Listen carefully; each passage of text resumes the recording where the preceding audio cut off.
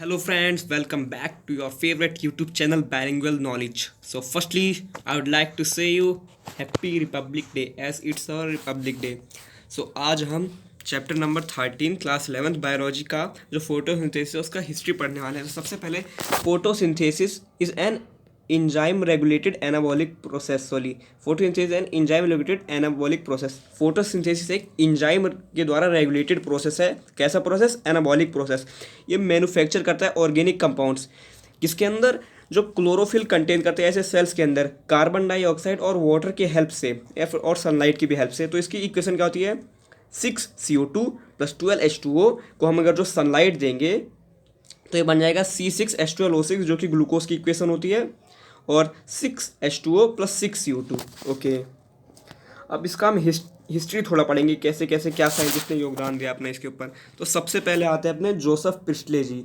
ये 1770 में इन्होंने दिखाया था कि plants have ability to take up CO2 from atmosphere and release O2। मतलब कि प्लांट्स के पास एबिलिटी होती है एटमॉस्फेयर से CO2 लेने की और O2 रिलीज करने की। कौन से एक्सपेरिमेंट से? अपने कैंडल और बेल जार एक्सपेरिमेंट से, और माउस भी था इसमें। ओके, सो अब इसके बाद आते हैं अपने जैन इंजन हाउस। अब ये हैं अपने 1779 में इन्होंने अपना एक्सपेरिमेंट किया था। तो अब देखिए, इन्होंने बताया था release of O2 by plants was possible only in sunlight and only by green part of plants. मतलब इन्होंने कहा था कि जो प्लांट्स रिलीज करता है O2 केवल सनलाइट में ही पॉसिबल है, और ग्रीन पार्ट्स ऑफ प्लांट मतलब कि पत्तियाँ, जो ग्रीन पार्ट्स होते हैं जैसे कि सूट सिस्टम, पत्तियाँ, यही सब अपना ऑक्सीजन रिलीज कर सकते हैं। और ये इन्होंने क्या एक्सपेरिमेंट किया था? एक्वेटिक प्लांट को रखा था डार्क में और लाइट में। फिर इसके बाद आते हैं अपने थियोडर डी सुसैर। इन्होंने 1804 में अपना एक्सपेरिमेंट किया था। इन्होंने दिखाया था water is an essential requirement for photosynthesis to occur. मतलब कि इन्होंने कहा था कि वाटर एक बहुत ही इसेंशियल चीज़ है फोटोसिंथेसिस को अकर करने के लिए, मतलब कि फोटोसिंथेसिस होने के लिए। फिर इसके बाद आते हैं अपने जोलिस वॉन सैक्स। ये 1854 में इन्होंने अपना एक्सपेरिमेंट किया था, और एक्सपेरिमेंट का कंक्लूजन इनका ये था कि green parts in plant produce glucose which is stored as starch. मतलब कि green parts in plants produce glucose. Green parts जो होते हैं प्लांट में वही ग्लूकोज को प्रोड्यूस करते हैं जो स्टोर्ड होता है स्टार्च की फॉर्म में। ओके, अब यहाँ पर आते हैं अपने TW इंगलमैन। ओके, इन्होंने 1888 में अपना एक्सपेरिमेंट किया था। इन्होंने क्या बताया था एक्सपेरिमेंट के कंक्लूजन में? The effect of different wavelength of light on photosynthesis. जो इफेक्ट होता है डिफरेंट वेवलेंथ मतलब कि डिफरेंट रेंज ऑफ लाइट से, ओके, फोटोसिंथेसिस पर, और प्लॉटेड ऐसा मतलब कि वो प्लॉटेड होता है फर्स्ट एक्शन एक्सपेक्ट्रम ऑफ फोटोसिंथेसिस। वो फर्स्ट एक्शन एक्सपेक्ट्रम ऑफ फोटोसिंथेसिस के फॉर्म में होता है। कार्ल वॉन वैन नील ने एक एक्सपेरिमेंट किया था अपना 1931 में, और इन्होंने उसका कंक्लूजन क्या दिया था कि photosynthesis is essentially a light dependent reaction in which hydrogen form an oxidizable compound reduces O2।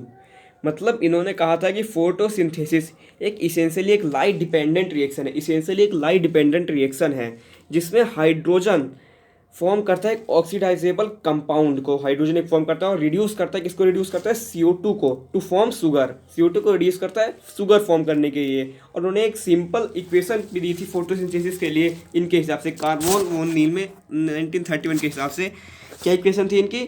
2H2A plus CO2 को सनलाइट देंगे अगर जो, तो ये बन जाएगा 2A plus CH2O plus H2O। Okay, फिर अब ये भी अपने कुछ साइंटिस्ट थे जिनका नाम हमें NCERT में जल्दी मिलेगा नहीं।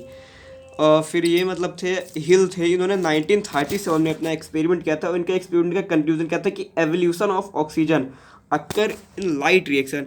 एवोल्यूशन जो होता है ऑक्सीजन का वो लाइट रिएक्शन में ही होता है, रिलीज होता है जो ऑक्सीजन का एवोल्यूशन होता है। ओके, फिर केल्विन भाई है, केल्विन सर ने दिया था 1954 के बीच में, 1954 से 1955 के बीच में अपना एक्सपेरिमेंट किया था। उसका कंक्लूजन था trace the pathway of carbon fixation.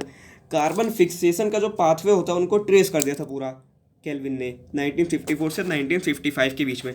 और फिर आते हैं हैच एंड स्लैक। ये भी एक साइंटिस्ट थे जिन्होंने 1965 में डिस्कवर किया था C4 pathway of CO2 fixation. C4 pathway को दूसरा नाम क्या है? हैच एंड स्लैक पाथवे, इन्हीं के नाम पर रखा गया है वो।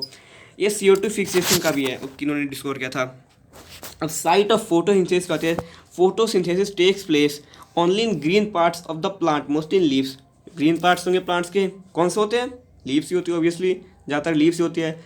With in a leaf photosynthesis occur in mesophyll cells, mesophyll cells में अक्कर होती है photosynthesis which contain the chloroplast, जो क्लोरोप्लास्ट कंटेन करती है। तो ऑब्वियस सी बात है chloroplast are the actual site for photosynthesis. Okay, chloroplast are the actual site of photosynthesis, ये बहुत इंपॉर्टेंट लाइन है।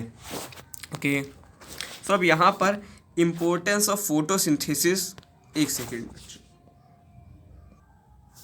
सो अब इम्पोर्टेंस ऑफ फोटोसिंथेसिस की बात करते हैं। तो पहला क्या इम्पोर्टेंस है फोटोसिंथेसिस का कि सिंथेसिस ऑफ ऑर्गेनिक कंपाउंड्स, पहला तो है सिंथेसिस ऑफ ऑर्गेनिक कंपाउंड्स का सिंथेसिस होता है, फोटोसिंथेसिस की इंपॉर्टेंस है ये पहला।